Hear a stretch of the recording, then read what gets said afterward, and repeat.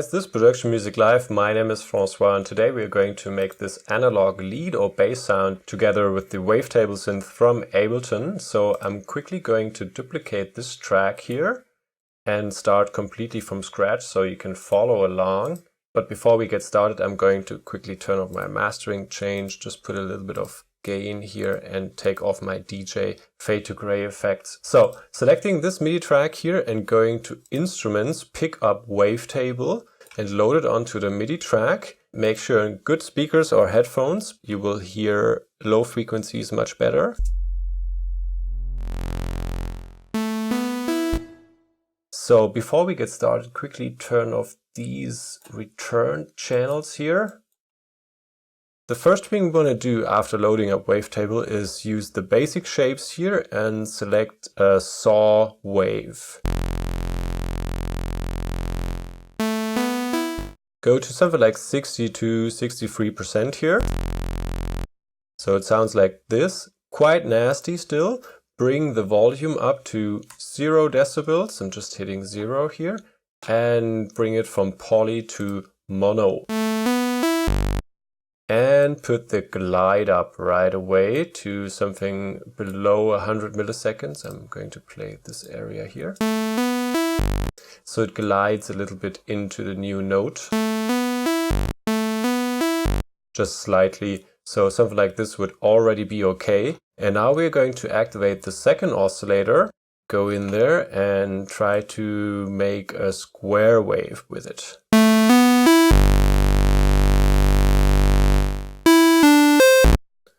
Well, not a full one, maybe at 90%. Bring the mix down to something like -17. So it blends a little bit into the saw wave here, but the saw wave stands out much more than the square wave. -18 decibels. Okay, and now we are going to our amplifier here. In the mod sources section, go to attack and bring the attack up.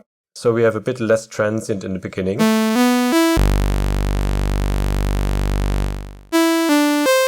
So 34 milliseconds here and bring the decay up a little. Decay is the time we will take from the highest point here after the attack back to our sustain levels. So let's say 1.5 seconds. And bring our sustain level down a little bit, so it's a bit more plucky.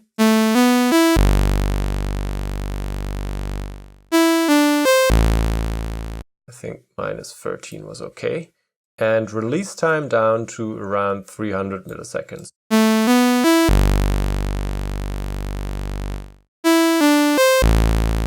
And now we want to apply our filter on top of that. And we want to kind of automate it, so it always, whenever a note plays, it goes quickly up and comes back down.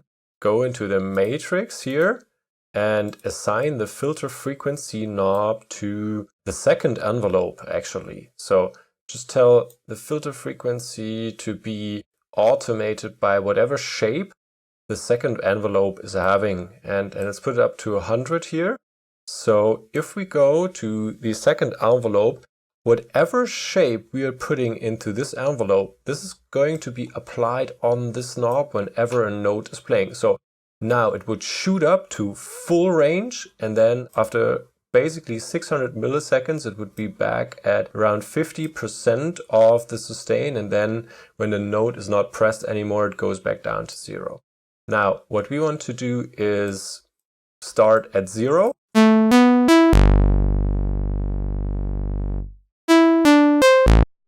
And bring the attack also up to something like 34.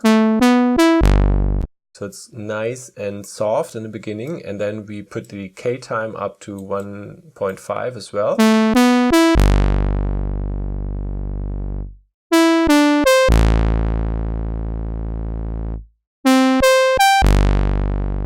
Yeah, sustain level to somewhere around 55 and release time to something like 335 milliseconds. And now it's a bit too squeaky for my taste. First of all, I want to apply this envelope only 80% of this shape onto this filter. Go to matrix and tell it not 100% applied, but only like 80% applied. So we don't open up all the way, but just like 80%, and it's a bit smoother that way.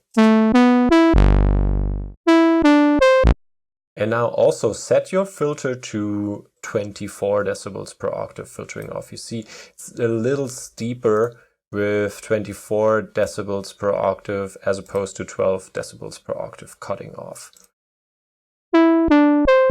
Nice and smooth. Now let's go to audio effects and pick up erosion.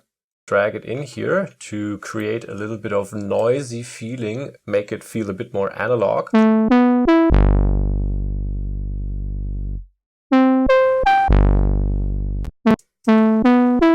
So amount down to somewhere around 7. And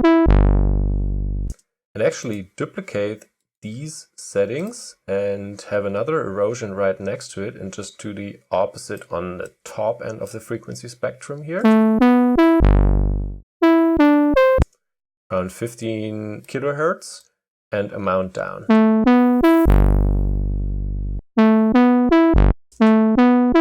Just a slight touch of analog noise and feeling around it. Drag a simple delay behind it and keep it at 4 to 6 here. Drive it down to around 20%, feedback up to around 20%.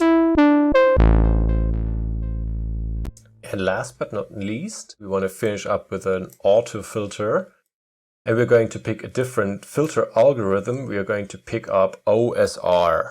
And now we have this drive knob here. We can add a little bit of drive.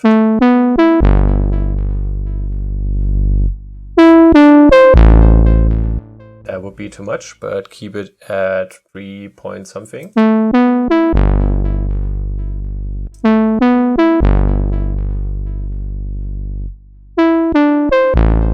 Yeah, that's nice. And cut it off around 10 kilohertz. And now I would put on a reverb, and we can put a reverb behind this auto filter, or what we can do is use our send effects. I actually have a reverb to the left here, decay time 1.4 seconds, and basically the same thing to the right.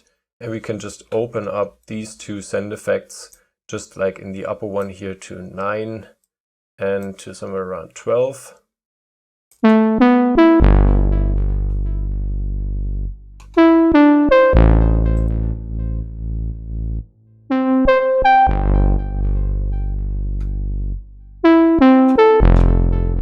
There we go, there's our sound. And what you can do right now to save it for future applications, you can select the first one, hold Shift, select the last element in your chain, and then, just group them into custom instrument rack that you created. Now you can name it, for example, analog lead, simply save it to your user library and use it next time. Let's hear it in the mix.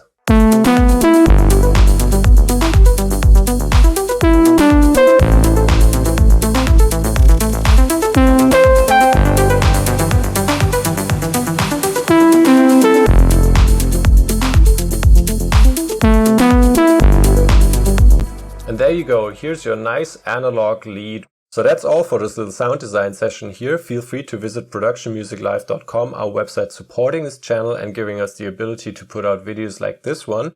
We have full courses there, making tracks from start to finish with Ableton, also courses for sound design and drum sample packs like our new drum sample pack T Premium Volume 3, for example. Also Ableton project files and templates. So I hope you enjoyed this little tutorial. Feel free to leave a like and a comment, subscribe to our channel, and I hope to see you next time.